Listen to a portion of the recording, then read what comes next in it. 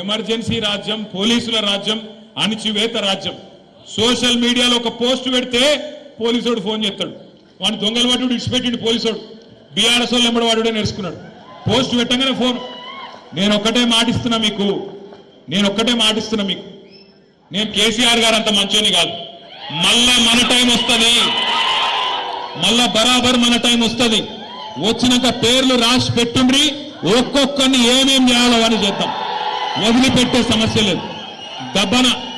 దబ్బన కొంతమంది అనుకుంటారు మేము రిటైర్ అవుతాం, ఇంటికి పోతాం, మమ్మల్ని ఏం బిక్తారు అనుకుంటున్నారేమో.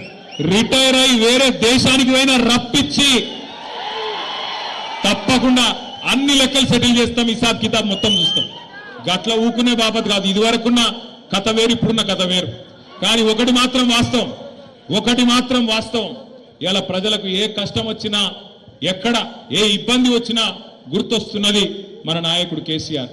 మొన్న నేను చూసిన హైడ్రా పేరు మీద ఒక ఆడబిడ్డ పాపం చెప్పుల దుకాణం నడుస్తున్నది హైదరాబాద్లో నాచారంలో. ఆమె దుకాణాన్ని హైడ్రా వాడు వచ్చి ఆ బుల్డోజర్ అదేదో హిటాచి పెట్టి కొట్టేస్తున్నాడు. అది పెట్టి కొట్టేస్తుంటే ఆమె మొత్తుకుంటున్నది ఆడ నిలబడి, అన్నా కేసీఆర్ అన్నా ఎక్కడున్నావు రా అని ఆయన చూసిరా లేదా మీరు? అగో ఇలా రాష్ట్రంలో ఎవలకు ఏ కష్టం వచ్చినా ఆటో డ్రైవర్లు తమ ఆటోలు వెనుక రాసుకుంటున్నారు, అన్నా తప్పైపోయింది, అన్యాయం అయిపోయినాం, ఆగమైపోయినాం, కేసీఆర్ గారు ఎక్కడ ఉన్నావు అని ఆటో డ్రైవర్లు యాద్ చేసుకుంటాను, ఉద్యోగులు యాద్ చేసుకుంటాను. 73% జీతం పెంచిండు కేసీఆర్. మమ్మల్ని కడుపులో పెట్టుకొని చూసుకున్నాడు కేసీఆర్. మాకు స్పెషల్ ఇంక్రిమెంట్ ఇచ్చిండు కేసీఆర్. కానీ ఇవాళ ఈ ప్రభుత్వాన్ని నమ్మితే 5 డిఏలు బాకీ ఉన్నాయి. కేసీఆర్ ఇచ్చిన పిఆర్సీ నడుస్తున్నది. 1వ తారీఖు జీతం ఇచ్చుడే ఎక్కువ, మీకు మీరికెళ్ళి ఏమి ఇవ్వాలని చెప్పి ముఖ్యమంత్రి మాట్లాడే పరిస్థితి.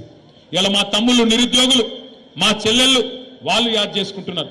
అశోక్ నగర్ నుంచి మాకు మెసేజ్లు పంపిస్తున్నారు, అన్నా తప్పైపోయింది, ఇదివరకు వీళ్ళ మాటలు నమ్మి ఆగమైనం. అశోక్ నగర్ కు రాహుల్ గాంధీ వచ్చి సంవత్సరంలో 2 లక్షల ఉద్యోగాలు ఇస్తా అంటే నమ్మినం, కానీ మోసం జరిగిందన్నా. 16 నెలల 6,000 ఉద్యోగాలు కూడా ఇవ్వలే కాంగ్రెస్ వాళ్ళని చెప్పి వాళ్ళు బాధపడతా ఉన్నారు. ఒక్కరు కాదు, రాష్ట్రంలో ప్రతి మనిషి, ప్రతి బిడ్డ ఈరోజు మళ్ళీ తిరిగి ఎలక్షన్